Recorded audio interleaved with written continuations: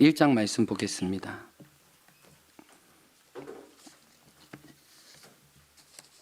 에베소서 1장 7절에서 10절까지 말씀 보겠습니다. 에베소서 1장 7절에서 10절까지입니다. 우리 함께 하나님 말씀 봉독할까요? 시작. 우리는 그리스도 안에서 그의 은혜의 풍성함을 따라 그의 피로 말미암아 속량 곧 제사함을 받았느니라. 이는 그가 모든 지혜와 총명을 우리에게 넘치게 하사 그 뜻의 비밀을 우리에게 알리신 것이요 그의 기뻐하심을 따라 그리스도 안에서 때가 찬 경륜을 위하여 예정하신 것이니 하늘에 있는 것이나 땅에 있는 것이 다 그리스도 안에서 통일되게 하려 하심이라. 아멘. 기도하겠습니다. 성령 하나님, 말씀을 밝히 열어주셔서 이 말씀이 우리의 소망이 될 수 있도록, 우리를 일으키는 말씀 될 수 있도록 역사하여 주옵소서. 예수님 이름으로 기도합니다. 아멘. 오늘 말씀의 제목은 따라해 보겠습니다. 하나님은 째째하지 않다. 제가 솔직히 설교 제목을 신경을 많이 씁니다. 그래서 많이 묵상하고 어떻게 하면 식상하지 않고 새로운 언어로 이 말씀의 기대감을 일으킬 수 있을까? 이번 주도 이 제목 정하는 것만 해도 굉장히 시간이 많이 걸렸는데 에베소서를 묵상하다가 하나님이 우리에게 주시는 선물은 정말 넉넉하다 못해 풍성하구나. 그래서 하나님은 째째하지 않구나. 그래서 오늘은 우리가 받은 소망과 앞으로 우리를 기다리고 있는 그 소망이 무엇인지 그 말씀의 주제를 나누도록 하겠습니다. 2022년 9월 8일 목요일이었습니다. 오후 6시 10분경 들락날락센터가 문 닫고 집에 가기를 싫어하는 몇몇의 아이들이 교회 마당에서 싱싱카를 타고 있었습니다. 아이들이 싱싱카 같을 때 너무 밝고 기쁘죠. 아이들은 작은 것에도 이렇게 기뻐하고 만족해 하는구나라고 그런 묵상이 될 때쯤에 한 가족이 BMW 스포츠카를 몰고 교회에 나타났습니다. 알고 보니까 1박에 5만 원 하는 이 BMW, 그러니까 엄청나게 이 많은 정보력과 관심을 가지고 도저히 우리는 빌리지 못할 만한 비용으로 24시간 BMW를 빌려주셨어요. 자기만 타기가 너무 아까우니까 이 은혜의 풍성함을 알리기 위해 다른 가족들을 전도하면서 시승식을 하고 있었는데 시승식이 끝나는 때 제가 아이들이 싱싱카 타고 교회 마당에서 놀고 있었습니다. 그랬더니 저에게 목사님도 한번 타보세요라고 얘기했을 때 저는 내가 어찌 저런 스포츠카를 타겠나 하고 만류했지만 어느 순간 저는 차의 운전대를 잡고 있었습니다. 근데 저만 탈 수가 없으니까 같이 싱싱카 탔던 아이들도 함께 태웠습니다. 그래서 저 행원 받아 얻은 게까지 이렇게 갔다 오고 그 다음에 이 동네 한 바퀴도 다 돌면서 아이들과 이 BMW를 누리고 있었습니다. 근데 아이들이 저는 겁나가지고 이렇게 막 이렇게 기본적인 것밖에 못하는데 아이들은 막 창문도 열었다가 닫기도 하고 하늘도 보면서 막 두세 명이 막 소리치고 있고 와 저기서 하늘 보인다 교회 보인다 굉장히 즐거워하고 있었습니다. 그러면서 우리 아이들은 싱싱카에 만족했던 것만은 아니구나. 뭔가 더 좋은 것이 나오면 언제든지 타고 반응할 준비가 되어 있구나 라는 생각을 했어요. 제가 왜 이 이야기가 떠올랐냐면 에베소서에 보면 사도 바울은 하나님이 우리에게 주신 선물은 우리 편에서 생각하는 것보다 더 뛰어나고 더 측량할 수 없다고 이야기를 합니다. 그래서 1장 3절부터 14장까지 어떻게 보면 단어를 202개를 사용하는데 한 번도 멈추지 않고 하나님이 우리에게 주신 신령한 축복이 무엇인지 자기의 온몸으로 감격하면서 한 문장으로 뱉어내고 있어요. 그래서 우리는 지난주에 생각해 봤죠. 우리는 하나님께 속한 모든 신령한 복을 받았고 그 복 중에 최고는 오늘 5절 말씀처럼 저와 여러분이 하나님의 아들들, 하나님의 자녀가 되었다는 것입니다. 그 자녀가 되었다는 사실이 어떤 의미인지 오늘 7절부터 풀어주고 있어요. 우리가 하나님의 자녀가 되었다는 것은 오늘 본문에서 하나님의 풍성한 은혜가 얼마나 좋은지 계속해서 우리 삶에 알 수 있도록 자기 자신을 열어주신다는 하나님의 메시지와 은혜가 여기 있어요. 한번 우리 7절 말씀 다시 한번 읽어보겠습니다. 시작. 우리는 그리스도 안에서 그의 은혜의 풍성함을 따라 그의 피로 말미암아 속량 곧 제사함을 받았느니라. 하나님의 은혜의 풍성함이 어디에 드러났냐면 제사함과 속량에서 드러났다고 얘기합니다. 이 속량이란 단어는 지금 저와 여러분 시대에는 쓰지 않는 단어예요. 고대 시대에는 노예가 있었잖아요. 포로가 있었잖아요. 이 노예와 포로를 자유케 하기 위해서는 반드시 값을 지불해야 했는데 이 값을 속량이라고 이야기해요. 근데 이 속량이란 단어가 처음 나오는 이 개념이 출애굽기에 나오는데, 이 출애굽기에 하나님은 당신의 노예에 빠진 이스라엘 백성을 자유케 하기 위해서 어린 양을 문설주에 뿌렸죠. 그리고 하나님은 새로운 삶의 시작을 그들로 떠나게 하세요. 다만 제 용서받았다는 사실뿐만 아니라 제 용서, 그들이 노예에서 자유케 되고 난 다음에 이제 광야에서 가나안 땅에서 하나님이 누구신지 온몸으로 삶의 자리에서 고백하고 찬양할 수 있는 하나님의 자녀로 살게 해주셨다는 거예요. 그러니까 우리가 자녀가 된 건 시작입니다. 다만 시작이에요.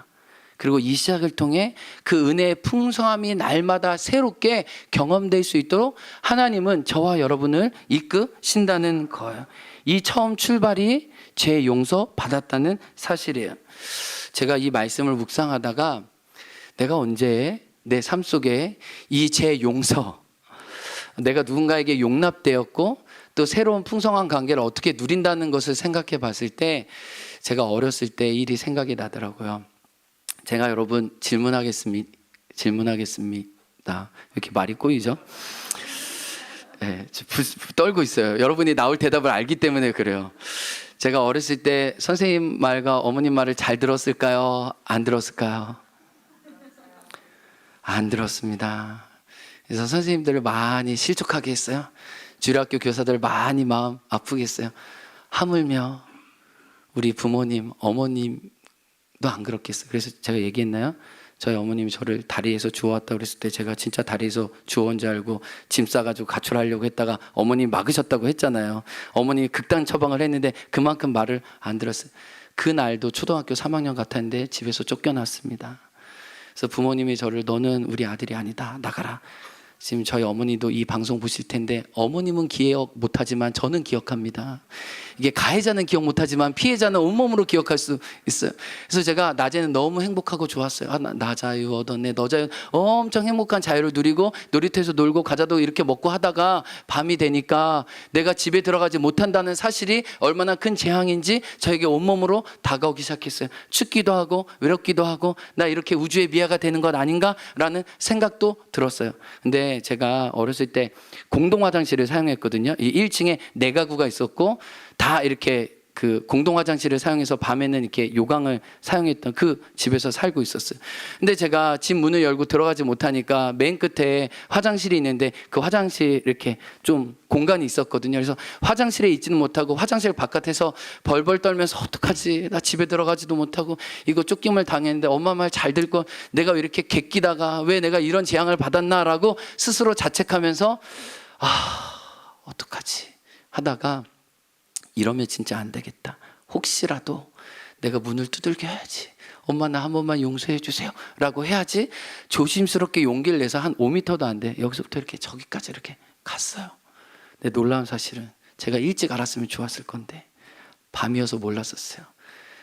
이제 나 죽었다 하고 돌아온 탕자처럼 나를 품꾼의 하나로 받아주소서 라고 제가 부모님께 고백할 마음이었어요.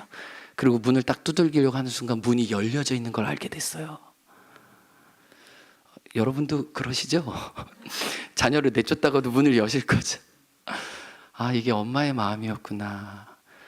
나를 쫓아냄이 아니라 나를 위해서 문을 열어두고 계셨구나. 그리고 집에 들어갔을 때 어머님은 자는 척을 하셨을 것 같아. 그리고 제가 그 옆에 방에서 어머님의 요를 깔아놓고 계셔서 제가 잘 잘 수 있도록 어머님은 저를 기다리셨겠구나 라는 걸 알게 됐어요. 무엇을 알게 되냐면 사도 바울은 오늘 본문에서도 그렇고 디모데 전후서에 보면 자기가 얼마나 죄인인지 알았어요. 자기가 얼마나 주님을 반역했고 주님의 원수짓을 했는지 너무나 잘 알고 있었어요. 근데 아버지의 풍성한 은혜로 제 용서를 받고 하나님을 알아가는 게 너무 감사했어요. 그 사실이 자기를 일으켰어요. 자기를 감동케 했어요. 그래서 오늘 이 편지를 쓰고 있고 저와 여러분에게도 말씀해 주시는 거예요. 제 용서받은 것은 시작에 불과하고 계속해서 하나님이 누구신지 저와 여러분에게 그 은혜의 풍성함을 알려주신다는 거예요. 따라해 보겠습니다. 그 은혜의 풍성함을 맛보아 알기 원하신다. 그러면 하나님의 은혜의 풍성함이 어떻게 드러나는지 오늘 본문에 나와 있어요. 오늘 본문은 이렇게 얘기할 수 있습니다. 6절에 그래서 하나님이 하나님의 사랑하시는 아들 안에서 우리에게 거저 주신 하나님의 영광스러운 은혜를 찬양하게 하십니다. 하나님이 하신 일을 알면 우리가 영광스러운 찬양으로 하나님께 고백할 수밖에 없다는 거예요. 그래서 우리도 함께 찬양하기 원하는데요. 찬송가 320장이에요. 나의 죄를 정케 하사. 함께 찬양할까요? 나의 죄를 정케 하사 주의 이끈 삼으신 구세주의 넓은 사랑 항상 찬송합니다. 나를 이끈 삼으신 크신 능력 주시고 언제든지 주 뜻대로 사용하여 3절 죄의 짐을 주의 능력 그도다.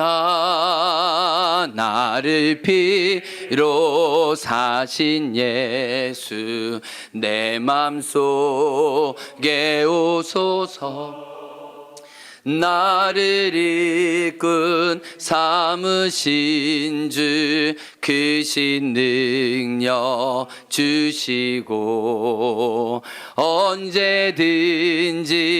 주 뜻대로 사용하여 주소서. 나를 이끈 삼으신 주 크신 능력 주시고 언제든지 주 뜻대로 사용하여 주소서. 우리가 죄 용서받은 것은 하나님과의 관계의 시작이에요.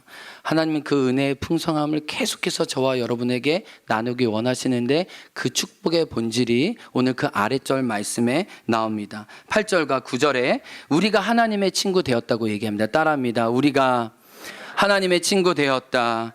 자, 8절 9절 함께 말씀 있습니다. 시작. 이는 그가 모든 지혜와 총명을 우리에게 넘치게 하사 그 뜻의 비밀을 우리에게 알리신 것이요. 9절 그분의 비밀, 그 마음속의 심중의 계획을 저와 여러분에게 알리신 관계로까지 하나님 우리의 관계를 이끌고 계시다는 것을 알게 돼요. 세번역 성경 있습니다. 시작. 하나님의 신비한 뜻을 우리에게 알리셨다. 사도 바울은 이 본문을 기록하면서 예수님의 말씀을 기억했을 거예요. 요한복음 15장 15절 내가 다시는 너희를 종이라 하지 않겠다. 이제 너희를 친구라 하리니 왜? 내가 하나님 아버지께 들은 것을 이제 너희에게 다 알게 하였기 때문에 너희는 더 이상 노예나 종이 아니야. 나의 친구야. 라고 관계를 격상시켜주세요. 그런데 여기서 비밀이란 미스테리온이라는 헬라어 말은 어떤 단어에서 나왔냐면 입을 다물다 라는 단어에서 나왔어요. 입을 열어 나의 비밀을 말하는 관계가 친구라는 거예요. 하나님은 그 은혜의 풍성함으로 저와 여러분을 하나님의 마음을 보여주시는 친구로 저와 여러분을 초대하고 계신 거예요. 그러니까 성도 여러분, 우리가 이 친구 관계를 누리도록 하나님은 저와 여러분을 오늘도 부르고 계세요.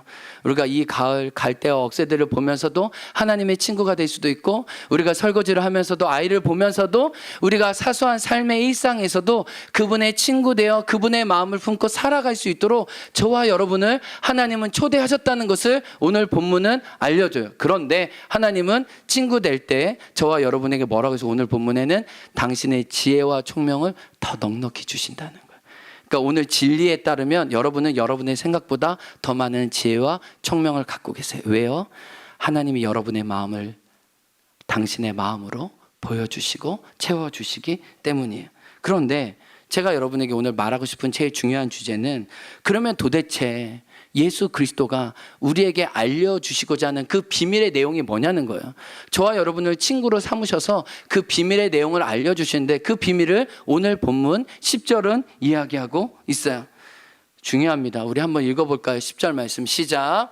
하늘에 있는 것이나 땅에 있는 것이 다 그리스도 안에서 통일되게 하려 하심이라. 이게 비밀의 핵심 내용입니다. 저와 여러분에게 알리고 싶으신 하나님의 많은 뜻이 있지만, 하나님의 역사 속에서 저와 여러분에게 계시하고자 하는 단 하나, 사도 바울이 지금 감격하면서 아데미 여신에게 매여 있어서 그 아데미 여신에게 자기 인생을 모두 바친 그 에베소 교회 성도들에게, 그 아데미 여신이 너희들을 통일하고 하나로 만드는 것이 아니라 그리스도가 만물을 새롭게 할 것이라고 얘기하고 있어요. 자, 근데 이 통일이라는 의미가 무슨 의미인지 공동 번역은 번역을 잘했어요. 우리 공동 번역 말씀 떼어 주실래요?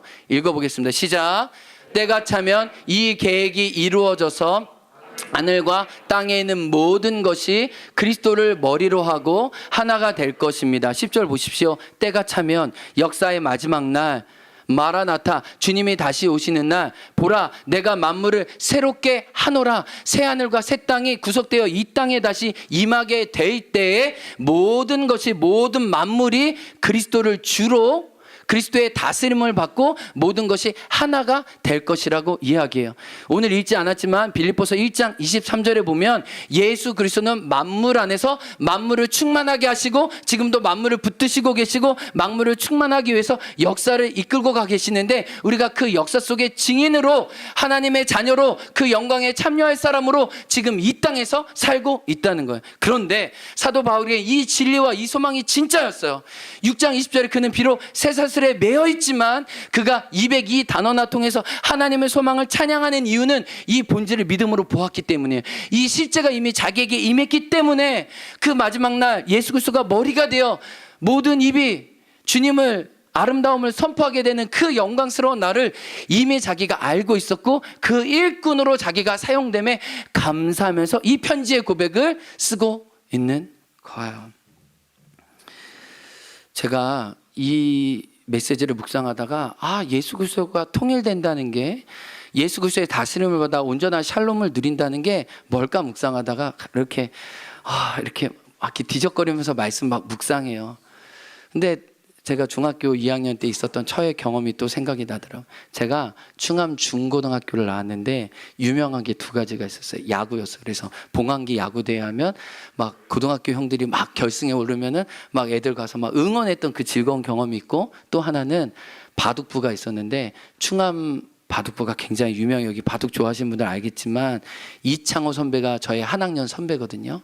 이창호 선배가 10대 나이 때 그 당시 우리나라의 기랴성과 같은 이 바둑 기사들을 다 물리쳤거든요. 그러니까 엄청난 아우라와 실력을 가진 형이었어요.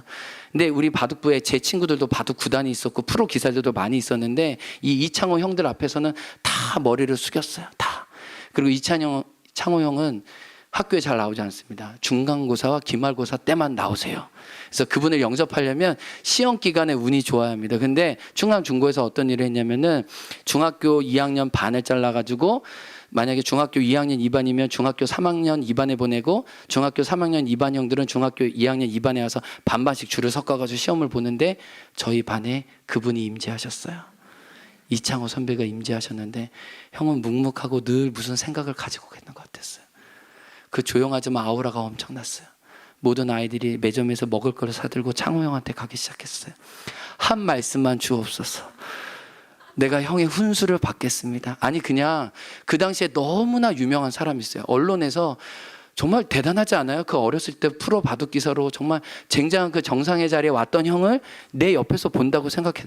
내가 바둑을 몰라도 그 형 옆에 있다는 것만으로도 시험지는 빵점 맞을지라도 이 종이에 형이 사인 한 번만 해주면 아빠에게 잘했다, 충성된 종아, 너는 네 할 일을 잘했다, 내가 어떻게 이창호 선배의 내가 사인을 받아왔니?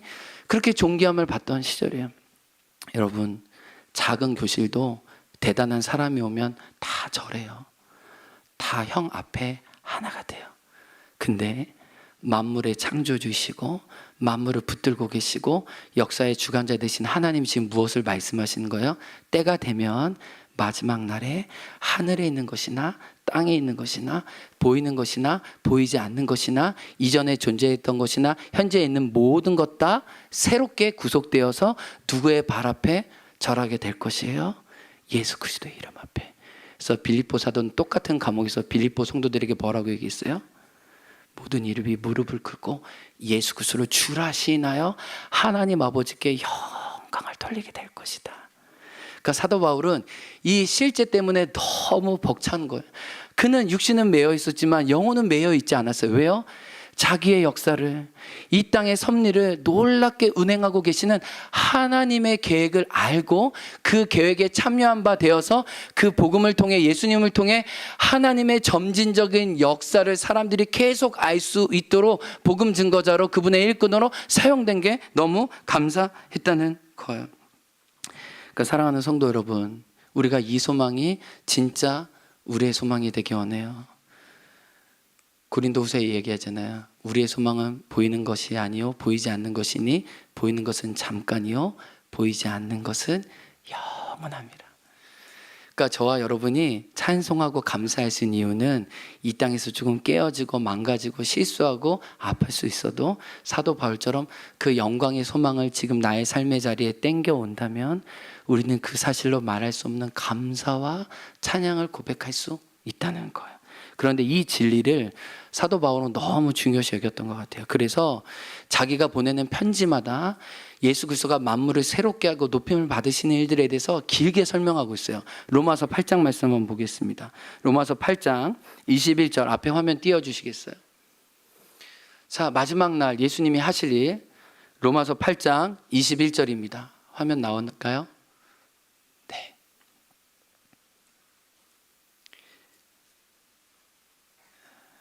방송실 굉장히 급합니다. 제가 막 이렇게 저렇게 띄우고 있거든요. 네. 자, 읽어보겠습니다. 시작. 그것은 곧 피조물도 이 썩어짐의 종살이에서 해방되어서 하나님의 자녀가 누릴 영광된 자유를 얻으리라는 것입니다. 자, 이게 무슨 관점이냐면 지금 피조물들도 썩어지고 부패하면서 지금 해방되길 원한다는 거예요. 그들도 매여 있다는 거예요. 그들도 결박되어 있다는 거예요. 그런데 마지막 날 예수 그리스도가 오셔서 하나님의 자녀들이 영광스러운 몸을 입고 그분의 온전한 자유함을 누릴 때 피조물들도 해방될 것이라는 거예요.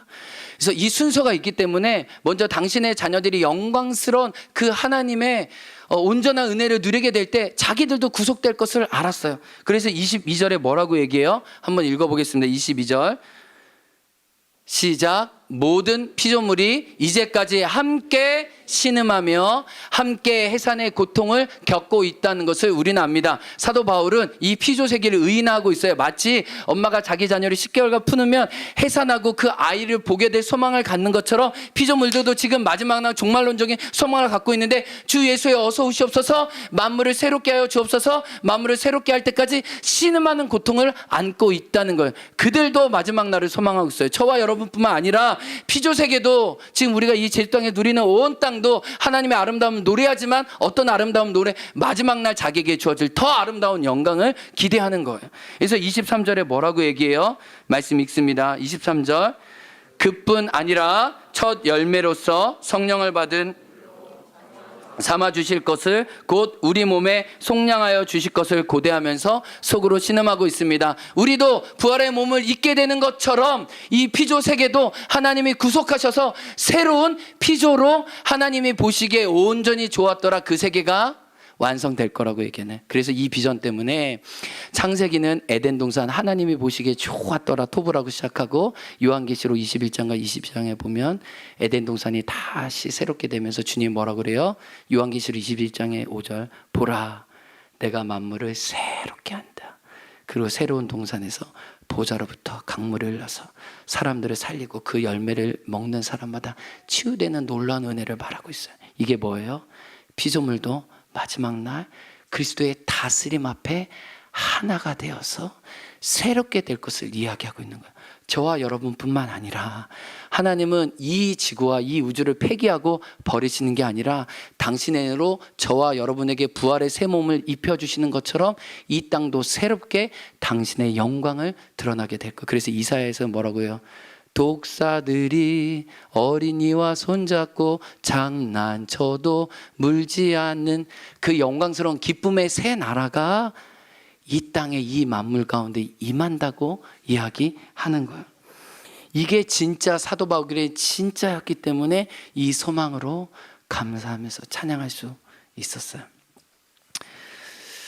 제가 또 이 말씀을 묵상하다가 내가 이렇게 보라 만물을 새롭게 하노라, 이 비전과 이 소망을 내 삶에서 언제 누린 적이 있지 생각하다가 또 초등학교 때가 생각났어요. 제가 이 초등학교 때 이 한강 그 당시에 여의도 그 공원에 가는 게 많은 애들의 로망이었거든요. 그래서 제가 좀 크고 난 다음에 조그만 자전거를 가지고 개천을 따라가면 바로 한강이 나왔어요. 그래서 지금으로 말하면 행원으로부터 함덕거리가 여의도 공원이었는데, 그래서 제가 그 여의도 공원을 가려고 굉장히 자전거를 몰아가지고 가고 있는데 이 개천을 따라가다 보니까 그 당시 여러분 아시는지 모르겠는데 난지도라고 쓰레기 산이 서울에 아주 가득했어요. 정말.